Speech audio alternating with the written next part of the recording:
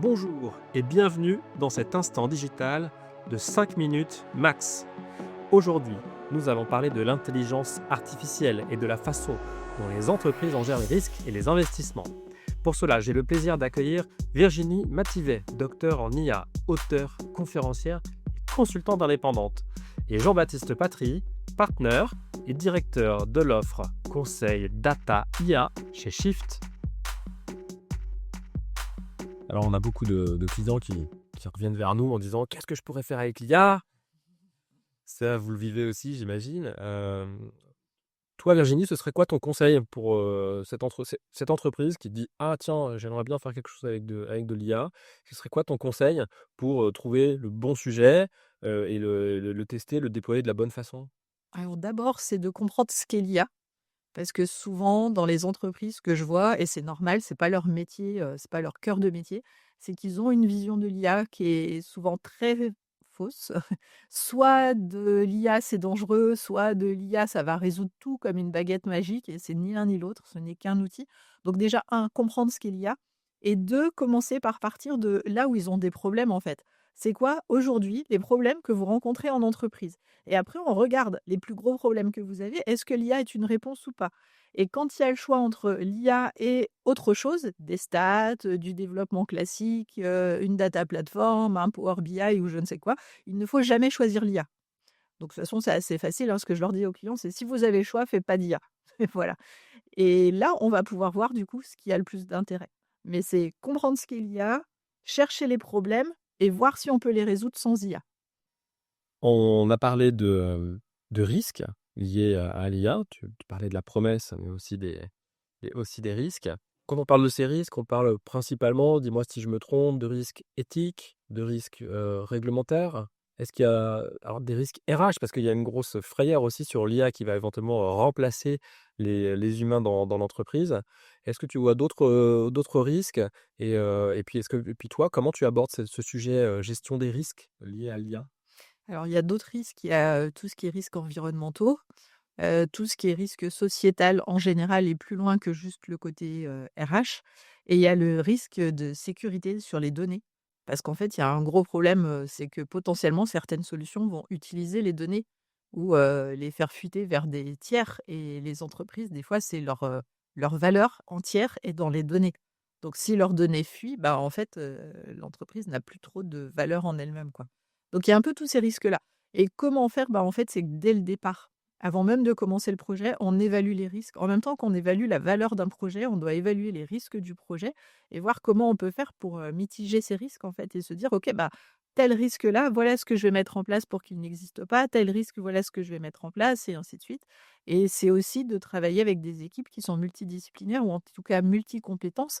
Parce que, par exemple, le risque légal, ben, faut avoir, quelqu'un qui s'y connaît en droit ou un juriste ou un avocat dans l'équipe pour dire: «OK, bah, là, je peux vous apporter des réponses. Voilà ce qui est légal ou pas». Un truc tout simple, hein, je mets un système d'IA qui évalue des CV pour savoir qui recruter. Ouais, sauf qu'il y a un code du travail en France qui existe et qui détermine un certain nombre de discriminations potentielles. Donc il faut s'assurer que l'outil qu'on va utiliser, il est compatible avec la réglementation française. Donc il faut qu'un juriste vérifie et se dise: «OK, bah, ça c'est bon, ça c'est pas bon», mais il pourra pas le faire tout seul. Donc vraiment, c'est cette multi-compétence qui est vraiment nécessaire, je pense, et de réfléchir les risques en amont et pas après coup en se disant: «Au fait, on a pensé à la sécurité des données?» parce que là, c'est un peu tard. Je vais revenir justement sur la sécurité des données. Effectivement, c'est un sujet qui tracasse beaucoup nos clients. Et d'ailleurs, on travaille pour un grand groupe, international dans le domaine des labos pharmaceutiques et eux, ils ont carrément ce que tu disais, eux, ils se sont carrément développé leur LLM, donc leur SLM, c'est-à-dire, en le spécialisant par rapport à leur activité. Mais justement pour ne pas, livrer à l'extérieur, les données qui concernent leur entreprise, quoi. C'est vraiment un sujet qui, ouais, qui est très et qui concerne aussi bien les PME, les ETI que les grands groupes, quoi. Là, je travaille avec un grand compte dans l'énergie en France et qui, pareil, a monté sa propre plateforme de LLM pour pouvoir faire tourner dans ses data centers un modèle. Alors pour le coup, c'est entre le SLM et le LLM. Donc le SLM, c'est les petits modèles de langage, les LLM, c'est les grands modèles de langage. Là, ils font tourner du petit à moyen, mais dans leur propre data center parce que, dans leurs données, il y a des données qui sont potentiellement très confidentielles. Dans le secteur de l'énergie en France, on imagine bien qu'il y a des données qui sont secret défense même, en fait. Tu parlais de cette pluridisciplinarité dans les équipes projet IA pour des petits acteurs qui n'ont pas forcément accès à ces compétences. Est-ce qu'il existe des structures ou est-ce qu'il existe des façons particulières pour eux de faire cette check de cohérence d'être aidés sur ce volet-là? En fait, c'est vraiment de se faire accompagner déjà. La plupart des clients que je croise n'ont pas les compétences en interne.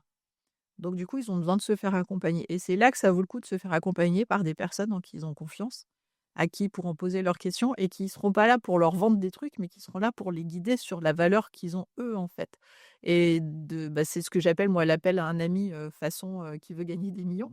J'ai une question, je ne sais pas trop, j'ai un prestataire, j'ai quelqu'un que je peux appeler et je sais qu'il va me répondre sur mon problème parce qu'il a compris là où était ma valeur, là où était mon importance, que je le connais bien, qu'on se voit régulièrement et ainsi de suite. Donc se faire accompagner, c'est vraiment primordial avec des prestataires de confiance et sur la durée.